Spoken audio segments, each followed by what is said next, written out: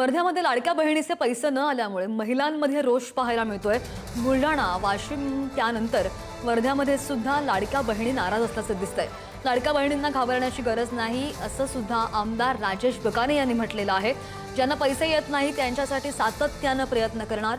केवायसीच्या समस्यांसंदर्भात अदिती तटकरे यांना विनंती केलेली आहे असं सुद्धा बकाने यांनी म्हटलंय। 2 महिने लाडक्या बहिणीचे पैसे आलेले नाहीत, त्याच्यामुळे रोष वाढताय। अदिती तटकरे यांच्यासोबत आजच माझं बोलणं झालं आणि त्या संदर्भामध्ये सर्व्हर डाऊन असणे किंवा आधार लिंक नसणे किंवा मोबाईल नंबर लिंक नसणे अशा अनेक अडचणींना सामना करावा लागत आहे।